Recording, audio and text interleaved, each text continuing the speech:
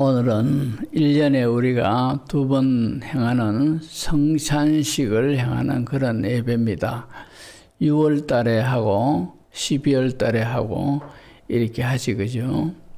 어느 교회는 1년에 한 번 성찬식을 하기도 하고, 또 어느 교회는 이제 분기별로 성찬식을 하기도 하고, 또 어떤 교회는 매달 한 번씩 하기도 하고, 또 어떤 특별한 교단에는 매주일마다 성찬식을 행하면서 예배하는 그런 교단도 있습니다.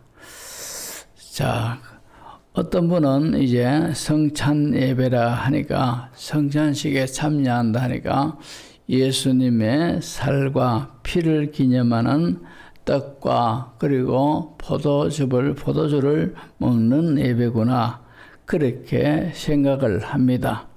물론 예수님의 살과 피를 기념하는 이제 떡과 포도주를 먹고 마심으로 예수님이 나를 위하여 살찢어 죽어주셨고 피 흘려 죽어주셨구나, 이런 것들을 다시금 기억하는 것이기도 합니다. 그러나 그것보다 더 깊은 의미가 있습니다. 해서 오늘은 이 성찬의 식을 앞두고 그 의미를 우리가 되새겨 보고자 한 겁니다. 첫 번째로, 예수님이 우리를 위해서 무엇을 행하셨는가, 이걸 깨닫게 합니다. 오늘 본문 19절을 보시면은 이런 말씀이지요. 오늘 본문 19절을 보시면은 또 떡을 가져 감사하기도 하시고 떼어 그들에게 주시며 이르시되 이것은 너희를 위하여 주는 내 몸이라, 너희가 이를 행하여 나를 기념하라, 그렇게 말씀하셨죠. 너희가 이를 행하여 나를 기념하라. 기념하라는 이 말씀은 기억하라, 항상 기억하라, 그런 뜻입니다. 근데 무엇을 그저 기억하라고 합니까? 이를 행하여 항상 나를 기억하라, 그렇게 예수님이 말씀하시면서 떡을 떼어주시고 또 잔을 제자들에게 주시는 그런 모습이 있는데, 근데 최후의 만찬이라 일컫는 이 성찬에 이 떡을 떼어주시고 잔을 나누어주신 이 밤이 바로 예수님이 바로 십자가에 달리시긴 전날 저녁에 일어났던 일입니다. 자, 예수님은 자신의 죽음을 유월절과 연결시켜서 그렇게 말씀하고 있습니다. 오늘 16절을 보시면은, 15절 16절을 보시면은 이르시되 내가 고난을 받기 전에 너희와 함께 이 유월절 먹기를 원하였노라. 내가 너희에게 이르노니 이 유월절이 하나님의 나라에서 이루기까지 다시 먹지 아니하리라, 그렇게 이제 말씀을 하셨습니다. 자, 그러니까 예수님의 이 떡을 떼어 제자들에게 주시고, 그리고 잔을 가해서 제자들에게 주시고 하는 이것이 바로 예수님 바로 그 다음날 자신이 십자가에서 살찢겨 죽어주시고 피 흘려 죽어주시는 그 의미를 지금 연결시켜서 말씀하고 있습니다. 그런데 우리가 알다시피 예수님이 성금요일 날 이제 십자가에 달리셔서 돌아가셨다라고 우리가 다 이해를 하지, 그죠? 근데 그날이 절기상으로 볼 때 어떤 절기냐? 바로 유월절입니다. 예수님이 십자가에 달리실 그날이 바로 이스라엘 백성들이 대대로 지켜온 이 절기 중에 유월절에 해당하는 그날이 바로 예수님의 십자가에 달리셨다, 이 말입니다. 원래 유월절 절기는 일주일 동안 계속이 됩니다.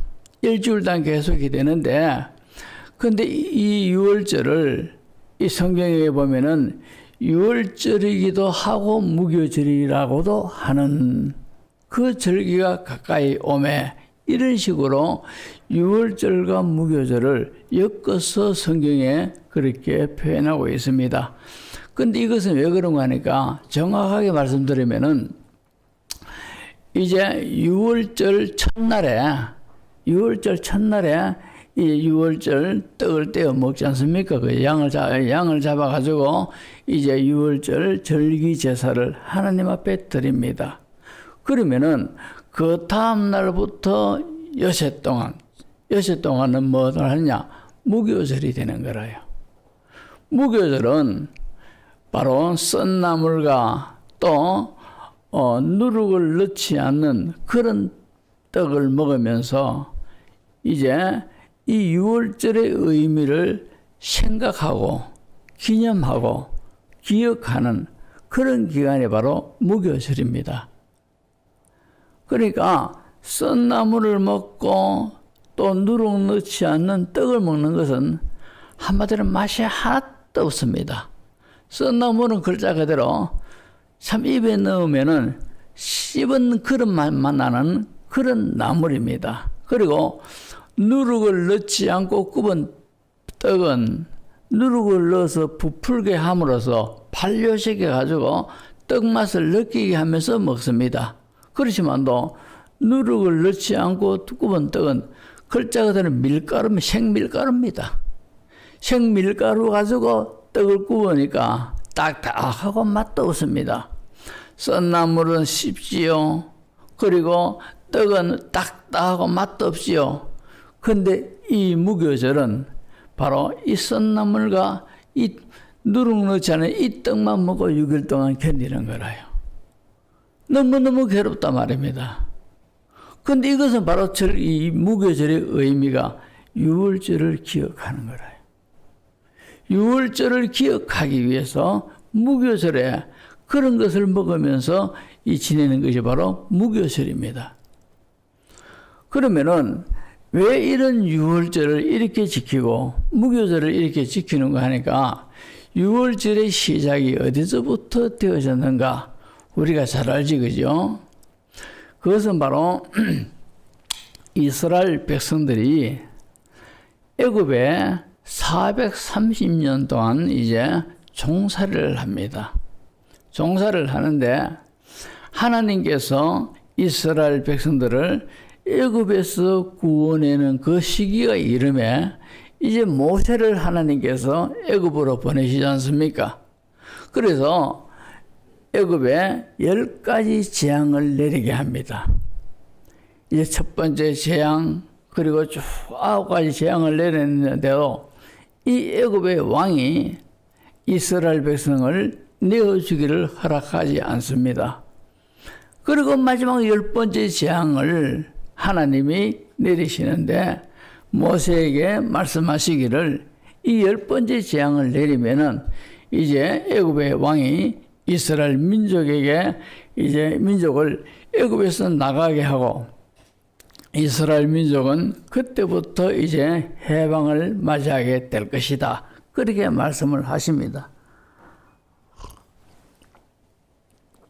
그리고는 이 10번째 재앙이 어떤 재앙인가 하니까 바로 이 애굽 전역에 가가호마다 이 첫째 즉 장자를 죽이는 그런 재앙입니다. 심지어는 그 집의 가축들도 첫 번째 난 가축까지도 죽이는 그런 재앙이라요. 그러니까 사람이든 짐승이든 그 집에 첫 번째 태어난 장자는 첫 것은 이 죽음을 주는 그런 재앙이 바로 10번째 재앙입니다. 하나님께서 이런 재앙을 애굽 전역에 내리겠다 그렇게 말씀을 하셨어요. 그리고 이제 애굽 땅에 살고 있는 즉 고센 땅에 살고 있는 이스라엘 백성들에게는 하나님이 모세를 통해서 특별히 어떤 당부를 합니다. 어떤 당부를 하는가 하니까 이스라엘 백성들에게 전달하기를 양의 피를 잡아가지고 그 피를 이제 문지방의 문설주에다가 이 양의 피를 발라라는 거죠. 그러면은 애굽 전역에 이제 죽음을 주는 마지막 10번째 재앙이 임하게 하는 천사를, 주의 사자를 보낼 터인데, 이 사자가 집집마다 이제 방문하면서 첫째 것을 죽이는, 그런 장자를 죽이는 그런 재앙이 임하게 되는데, 이 문설주에 양의 피가 묻어 있으면은 이 죽음을 주는 천사가 그 집은 건너간다는 거죠. 그래서 유월절의 의미가 건너간다, 그런 뜻이 있습니다. 그렇지만도 이 양의 피가 문설주에 묻어 있지 않는 그 집에는 죽음의 천사가 그 집을 방문하게 되고, 그러면은 그 집에 있는 장자는 반드시 죽임을 당하게 됩니다. 그래서 모세가 하나님께로부터 이 메시지를 전달받고 이스라엘 백성들에게 이제 다 이제 알려지요. 너희는 급히 양을 잡아가지고 이제 그 피를, 양의 피를 문설주에다가 발라라는 거죠. 그리고 그 양은 빨리 잡아먹고, 그리고 그 피를 발라라는 거죠. 이스라엘 백성들은 이제 모세의 그 당부대로 그날 저녁에 급히 양을 잡아가지고 그 피를 문설주에다가 발랐습니다. 드디어 밤이 깊어갔습니다. 하나님께서 죽음을 주는 천사를 애굽에 내려보냅니다. 그러니까 이 죽음을 주는 천사가 집집마다 애굽의 땅에 한 가정도 놓치지 않고 전부 다 방문을 다 하는데, 그 문지방에 양의 피가 묻어있는 그 집은 건너갔어요. 그러나 이 양의 피가 묻어있지 않는 집에는 어김없이 이제 첫째 장자가 죽는 죽음이 그 밤에 일어났고, 심지어는 가축까지도 첫 번째 난 새끼도 죽이는 그런 재앙이 그 집에 임했습니다. 이스라엘 백성들은 이 양의 피를 다 모세의 말대로 문설주에다 발랐습니다. 그러니까 이 피를 보고는 천사가 다 건너갔다는 것이죠. 하지만도 이 피를 바르지 않은 애굽에는 애굽의 왕의 아들부터 애굽의 모든 가정에 첫 번째 난 장자에게는 다 그날 밤에 다 죽었어요. 그리고 이스라엘은 살아났단 말입니다. 그러자 그 다음날 애굽의 왕이 모세를 급히 불러가지고 이제 이스라엘 백성들을 다 데리고 나가라는 것이죠. 그래서 이제 그 다음날 하나님께서 모세를 통해서 이스라엘 백성들을 전부 다 애굽에서 나오게 했어요. 430년 동안 종살이 하던 이 이스라엘 백성들, 애굽이라는 막강한 그 세력 앞에서 누가 감히 해방될 줄 알았겠습니까? 자력으로도 애굽에서 해방될 수가 없고, 주변에 어떤 나라와 어떤 민족의 도움을 받았어도 이 애굽 밑에서 종살이하는 이스라엘 백성들을 구원할 민족이 없습니다. 전혀 현실적으로 볼 때 불가능한 그런 일이 바로 10번째 재앙, 양의 피를 바르는, 양을 잡아가지고 그 양의 피를 문설주에 바른 그 일로 인해 가지고 이제 이스라엘 백성들은 이 자유 몸이 됐습니다. 430년 동안 애굽에서 종살이 하던 이스라엘 백성들이 이제는 자유인이 돼 가지고 애굽에서 나오게 된 겁니다. 그래서 하나님께서 이 모세를 통해서 이스라엘 백성들에게 광야 애굽에서 나와서 하는 말이, 너희는 썬나물을 먹고 그리고 누룩넣지 않은 떡을 구워 먹으라는 거죠. 왜 이것을 먹느냐 하면은 바로 애굽에서 종살이 하던 너희들을 그 양의 피를 발라가지고 그 양의 피 때문에 너희들은 살아서 자유인이 되었다. 이것을 기억하게 하기 위해서 무교병을 그렇게 먹으라고 했습니다. 이것이 바로 무교절이라요. 그러니까 무교절은 유월절의 이런 의미를 기억하고 기념하고 새기기 위해서 무교절에 썬나물을 먹고 또 누룽지 않은 떡을 먹으라는 것이요. 예수님이 금요일날 돌아가셨는데 왜 하필이면 이 금요일이 무슨 날이냐? 매주마다 돌아오는 것은 금요일이 아니라 유월절을 맞이하는 금요일날, 그날에 돌아가셨단 말입니다. 그러면 예수님이 무엇이냐? 바로 유월절의 양이라는 것이요. 세례 요한이 요단강에서 사람들에게 세례를 베풀지, 그죠? 그때 예수님이 세례 요한에게 세례 받으러 올라오실 때에 세례 요한이 성령의 감동을 받습니다. 그리고는 예수님을 가리키면서 사람들에게 봐라, 저분을 바라는 것이요. 예수님을 지금 바라는 것이요. 그러면서 하는 말이 하나님의 세상 죄를 지고 가는 하나님의 어린 양이로다. 그렇게 탄성을 지릅니다. 예수님은 세상의 모든 사람들의 죄를 다 지고 가는 어린 양으로서 이 땅에 오셨고, 유월절날 이 죄 가운데서, 절망 가운데서 전혀 소망 없는 인류의 민족들을 구원하기 위해서 유월절날 십자가에서 살찌해주고 피 흘려 죽어주셨더라, 이 말입니다.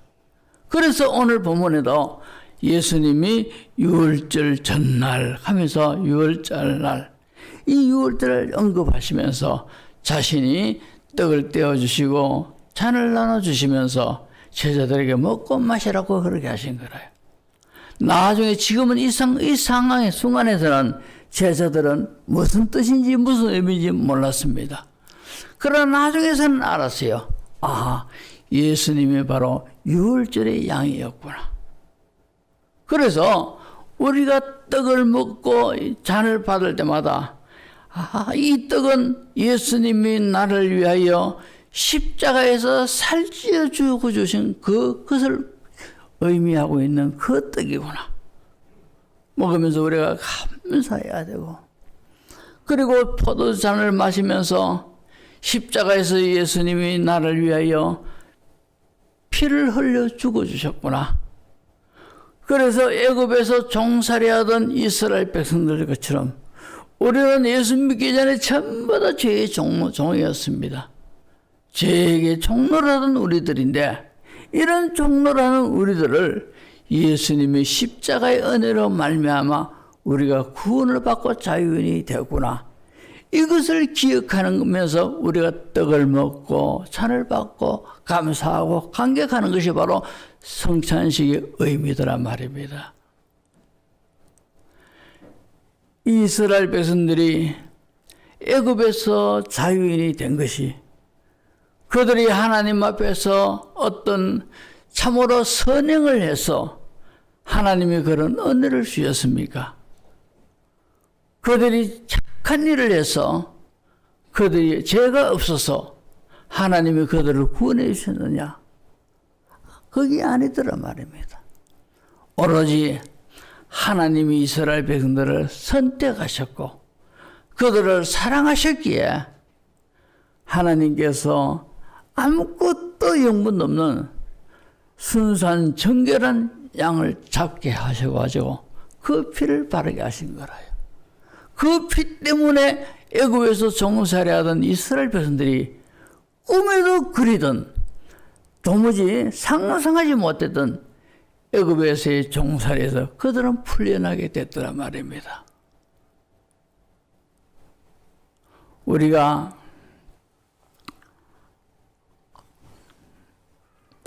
예수님을 믿어 하나님의 자녀가 됐습니다.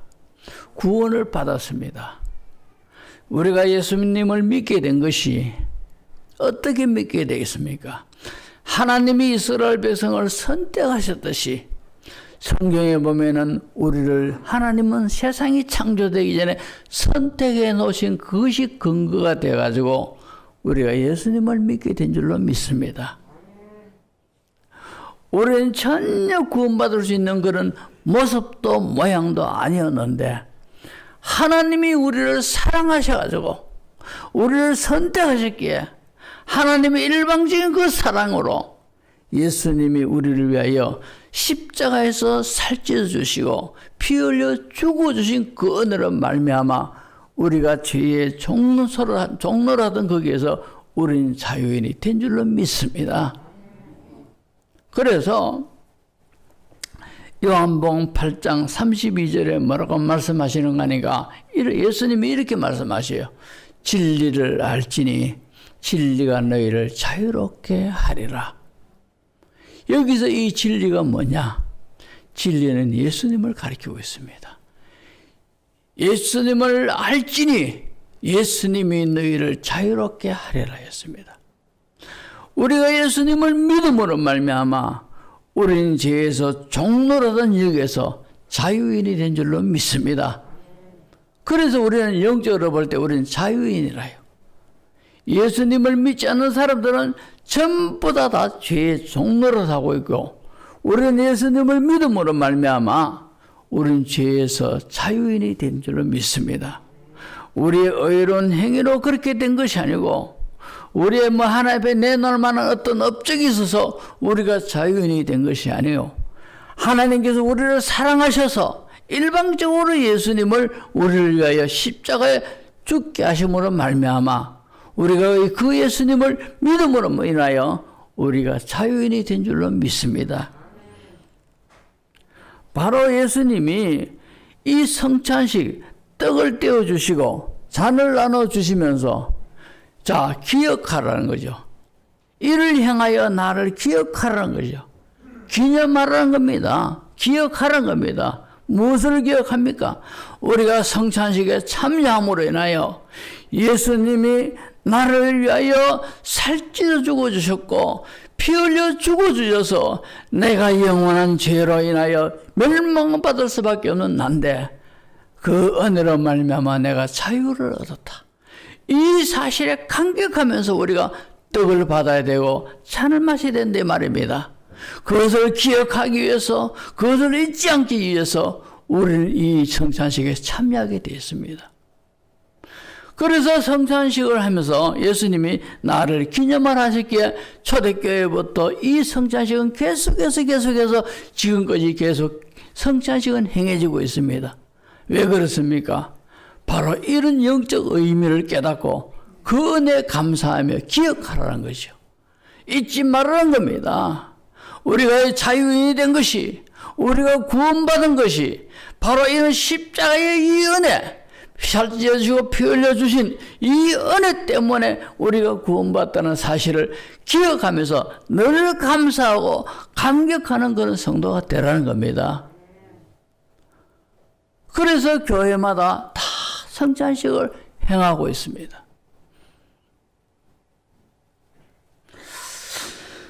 또 성찬은 예수님의 이런 구원하심을 늘 기억해야 돼요. 우리가 떡을 먹을 때마다 잔을 마실 때마다 십자가의 희생의 은혜를 가슴 깊이 새겨야 됩니다.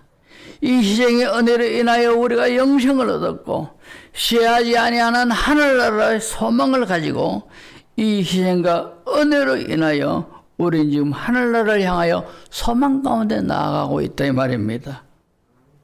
우리가 제 문제가 해결되지 않는다면 어떻게 되겠습니까? 죄로 인하여 죄 가운데서 종살이하며 살다가 죄값으로 영원히 지옥 형벌을 받을 수밖에 없다 이 말입니다. 그러나 이제는 자유인이 됐습니다. 우리는 이제는 더 이상 죄가 우리를 주장하지 못합니다. 예수님이 바로 피 흘려 죽어주셨고 살찌워 죽으셨고 유월절에 양이 되어주셨고 이스라엘 백성의 문설주에 피를 바른 것처럼 우리가 그 예수님을 믿음으로 말미암아 우리는 자유인이 됐다 이 말입니다. 이제 자유인이 됐으니 이 자유를 가지고 우리가 어떻게 살아야 됩니까? 성경은요 이렇게 말씀합니다. 이 성찬의 은혜를 입은 자들은 이제는 자신이 교회가 되었고 자신이 성전이 되었다, 그렇게 말씀하고 있지 않습니까? 해서 고린도전서 6장 19절에 보면은 우리 몸은 성령의 전이라 했습니다. 성령의 전, 성전이라는 거죠. 구약의 개념에는 성전이고 신약에 와서는 교회라 그렇게 표현하고 있습니다. 우리 자신이 이제 우리 몸이 교회다 이 말입니다. 교회는 여러 가지 기능이 있지만도 특별히 우리는 두 가지를 우리는 생각할 수가 있습니다. 첫째는 성결이요. 그 다음에는 영혼 구원하는 복음을 전파하는, 이것이 바로 교회여야 된다는 거죠. 우리 조금 전에 제가 말씀드렸듯이 우리 이제 자유인이 됐어요. 이 주님이 주신 이 자유를 가지고 우리가 마음대로 살아야 했습니까? 다시는 죄의 매이는 그런 자가 되지 말라는 것이요. 우리는 주께서 주신 이 자유를 가지고 의의 병기가 되어 하나님의 뜻을 이루는 데 드리라고 성경은 그렇게 말씀하고 있습니다. 그래서 우리는 이제는 다시는 죄를 짓지 않아야 돼요. 죄 안 지려고 우리가 애를 써야 돼요. 이제 죄의 병기로 자신을 들여서는 안 돼요. 이 제약된 세상에서요, 우리는 의로운 자로서, 자유자로서 우리는 의의 병기로 우리 몸을 드리기 위해서 애쓰는 그런 성도가 되어야 됩니다. 또 하나는 우리가 이제 구원을 받았으니 이 놀라운 구원의 기쁜 소식을 교회는 전파하는 사명을 하나님이 주셨다 이 말입니다. 그래서 교회의 큰 기능 두 가지는 하나는 성결이요, 하나는 사명입니다. 복음 전파다 이 말입니다. 그래서 우리는 때를 어떤지 못 어떤지 이 놀라운 구원의 진리를 많은 사람들에게 전파하여 그들도 예수님의 십자가의 은혜로 인도함을 받아 믿어 구원을 얻고 자유인이 되게 하는 그런 사명을 하나님이 우리에게 주셨다 이 말입니다. 나를 기념하라 하는 이 말씀 속에서 예수님의 죽으심으로 우리가 성도가 어떻게 은혜를 입게 되었는가, 그리고 그 은혜를 입은 결과가 어떻게 되었는가, 어떤 것인가, 그리고 교회가 된 성도가 어떻게 살아야 되는가를 깨닫게 해주고 있습니다. 우리가 떡을 받으며 차를 마실 때마다 바로 이런 의미를 새기면서 사명을 느끼고 성도답게 살아가는 그런 은혜가 있어야 될 줄로 믿습니다.